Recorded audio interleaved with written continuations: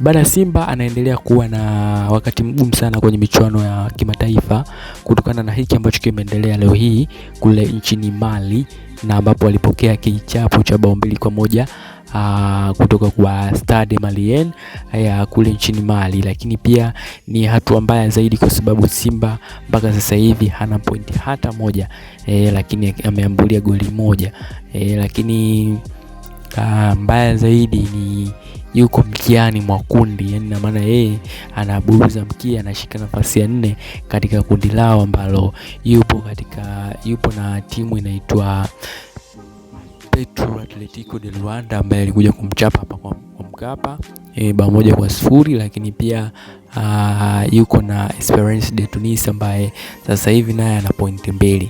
Kwa hiyo watu ambao wana hali ngumu kwenye kundi lile ni Esperance de Tunis pamoja na Simba, na kusababisha pia sintofahamu na taharuki miongoni mwa mashabiki, na watu wakijiuliza ni kitu gani kinaendelea kutokea ndani ya klabu hii.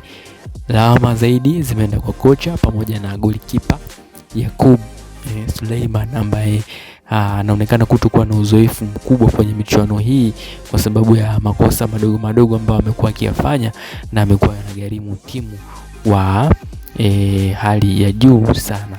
Kwa hiyo watu wengine wamelalamikia kwamba kuna mifumo ambayo inatengenezwa katika klabu ya Simba, kuna misuguano ambayo inatokea, na hiyo ndio inapelekea kwamba timu inafanya vibaya. Lakini moja kati ya vitu ambavyo pia vilizungumzwa hapo awali ni kwamba kuna baadhi ya viongozi wanaihujumu klabu ya Simba na wanafurahi endapo Simba inapata matokeo mabaya.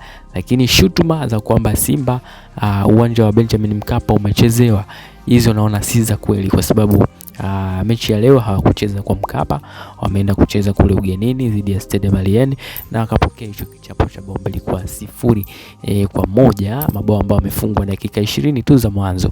Kwa hiyo unaweza ukaona ni timu ya aina gani ambayo wako nayo Simba. Kwa hiyo wengi wameshakata tamaa kwamba wanahitaji waone Simba inajiandaa na msimu ujao wa CAF Champions League, kwa sababu sasa hivi naona watashindwa kufuzu kutokana na hiki ambacho kinaendelea sasa hivi. Wewe una maoni gani kwenye hili kama shabiki wa Simba au shabiki wa soka la Tanzania? Unahisi Simba wanakosea wapi?